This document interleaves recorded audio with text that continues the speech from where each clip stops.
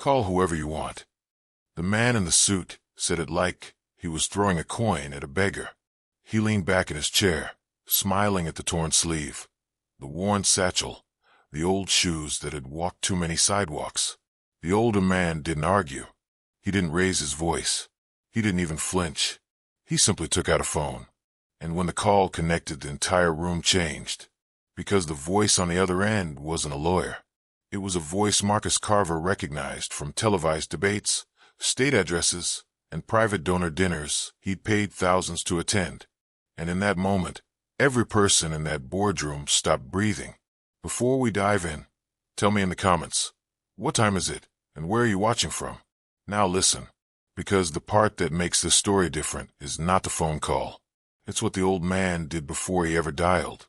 For 9 days, Elliot Grant tried every decent door. That's what nobody in that glass tower understood. They saw a man in a torn jacket and assumed the story was already over.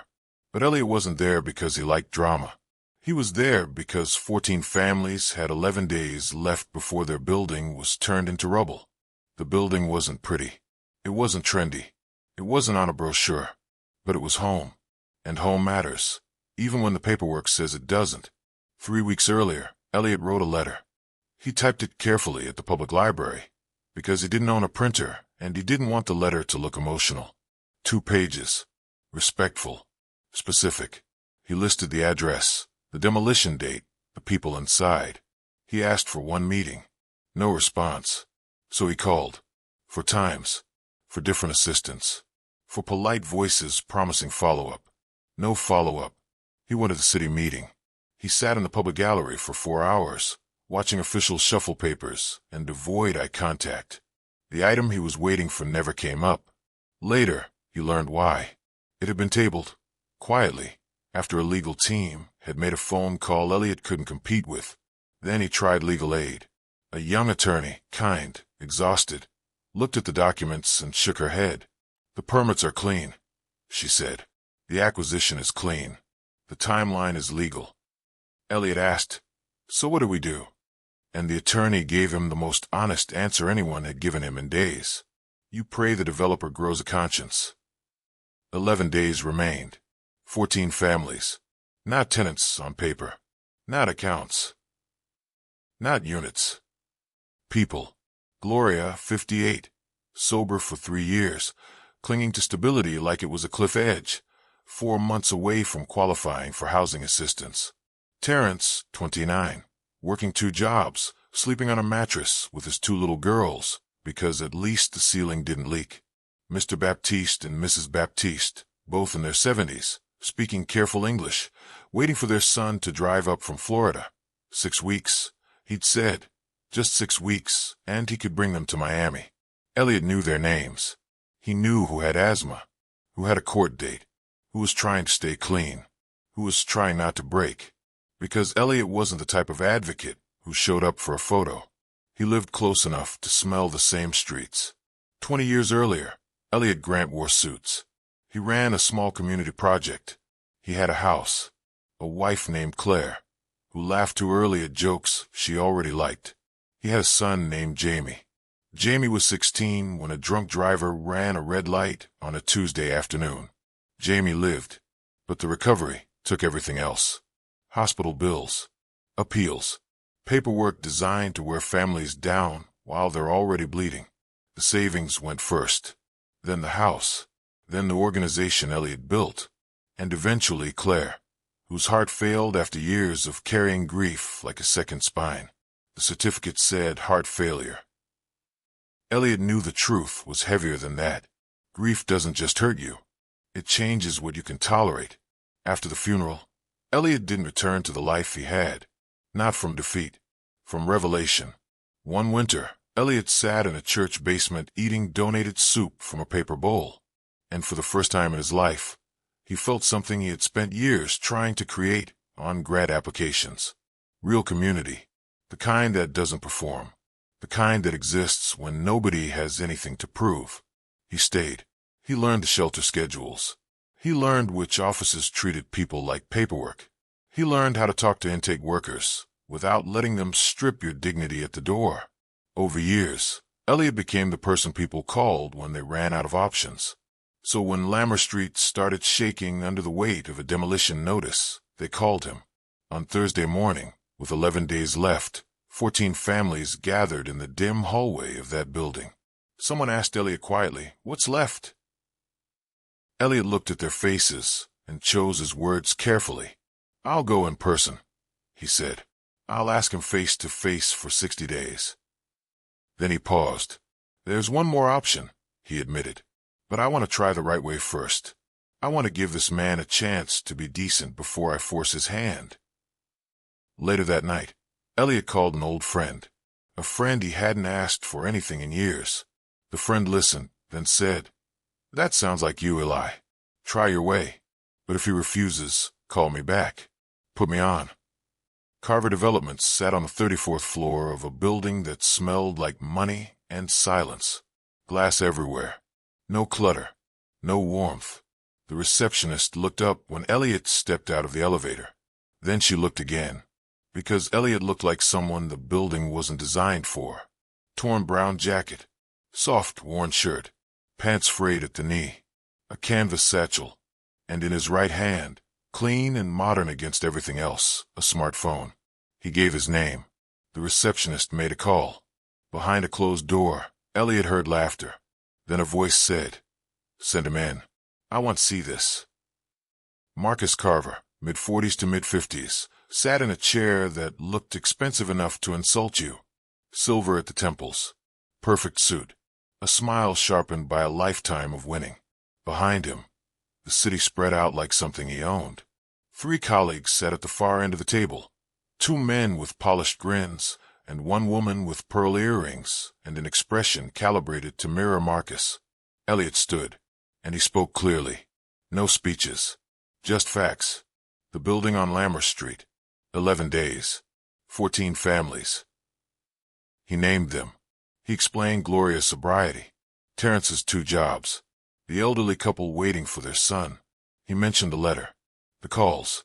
The council meeting. Legal aid. Then he asked, simply, "Give them 60 days.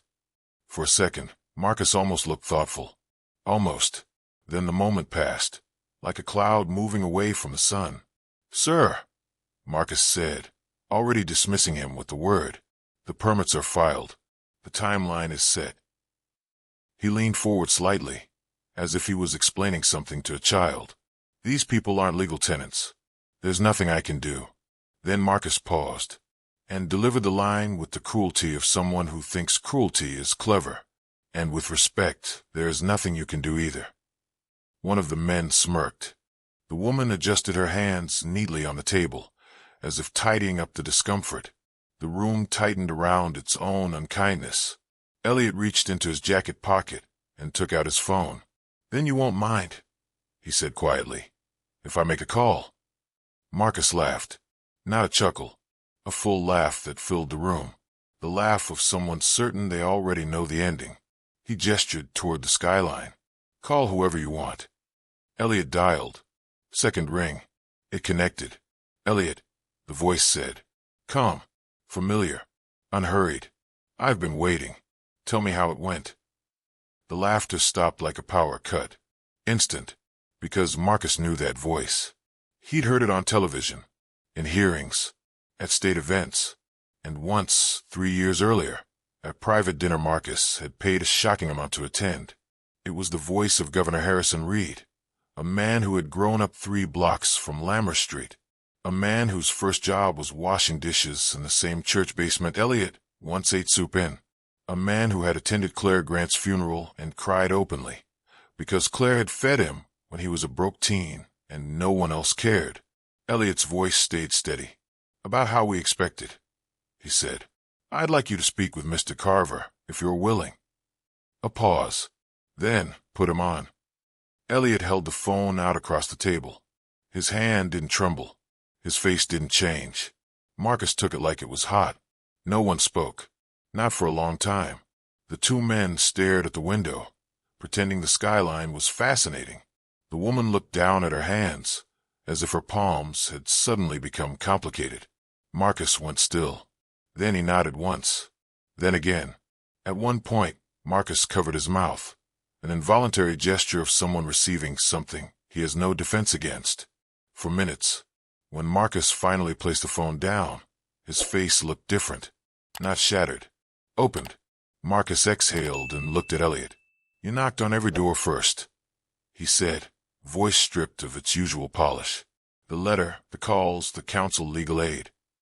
He swallowed, as if swallowing pride took effort. "You tried every decent way before you came here." Elliot nodded.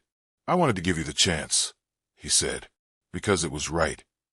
A long silence. Then Marcus spoke again, quieter. "I looked at you, and I saw nothing." He shook his head, like he couldn't believe his own honesty. "A punchline." He paused. "I've been doing that my whole career, and I genuinely stopped noticing I was doing it." He looked Elliot in the eye. "I'm sorry. Not as a formality. I'm sorry. It matters that you know it." Elliot didn't celebrate. He didn't gloat. He simply said, "Hold on to that. Don't let comfort make you forget it." Marcus sat up straighter. 60 days, he said. And not just time. Actual support.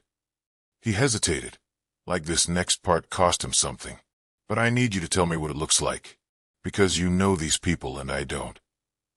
For the first time, Elliot's expression softened. "I know what it looks like," he said. "I'll show you." By Monday, things moved. Not magically. Logistically. Carver's office arranged short-term housing placements that didn't split families apart. They partnered with an organization Elliot trusted, one that didn't treat people like numbers. They funded storage units so people didn't lose the little they owned. They paid for Terrence's childcare deposit so he could keep both jobs. They hired a translator to help the Baptistes communicate clearly, without shame. They fast-tracked Gloria's housing paperwork with a caseworker who actually returned calls. And the building on Lammer Street stayed standing. Not because of pity.